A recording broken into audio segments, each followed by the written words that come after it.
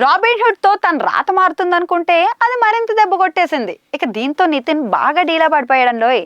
టాలీవుడ్ లో ప్రెజెంట్ బాగా ఇబ్బంది పడుతున్న యువ కథానాయకుల్లో నితిన్ కూడా ఒకడు. ఎప్పుడో 2020లో వచ్చిన భీష్మ అతడి చివరి హిట్.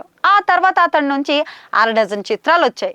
వాటిలో మాస్ట్రో థియేట్రికల్ రిలీజ్ ను స్క్రిప్ట్ చేసి నేరుగా ఓటీటీలోకి అయితే రిలీజ్ అయింది. అక్కడి నుంచి వచ్చిన స్పందన ప్రకారం చూస్తే అది కూడా ఫ్లాపే.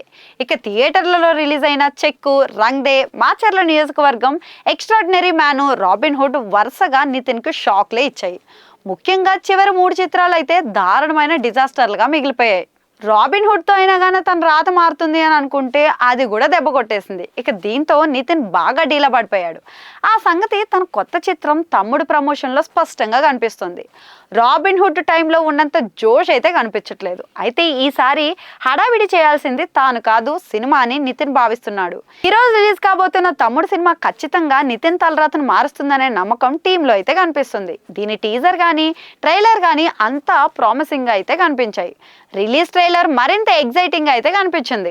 నిర్మాత దిల్ రాజు అయితే సినిమాపై మామూలు కాన్ఫిడెంట్ గా లేడండోయ్.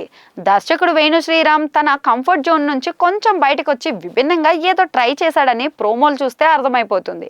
కథ పరంగా వైవిధ్యంతో సాగుతూనే కమర్షియల్ గా కూడా ఇది ఎంటర్టైన్ చేస్తుందని టీం అయితే చెప్తోంది. బాక్స్ ఆఫీస్ దగ్గర ఈ చిత్రానికి అనుకూల పరిస్థితులే ఉన్నాయి. ముందు వార్తల్లో వచ్చిన కుబేరా, కన్నప్ప స్లో అయిపోయాయి. మంచి సినిమా పడితే థియేటర్లకు ప్రేక్షకులు వస్తారని కుబేరాతో అయితే రుజువైంది. కావాల్సిందల్లా మంచి టాకే. కాబట్టి తమ్ముడుకు టాక్ వస్తే నితిన్ కు పెద్ద బ్రేక్ రావడం ఖాయమనే చెప్పొచ్చు.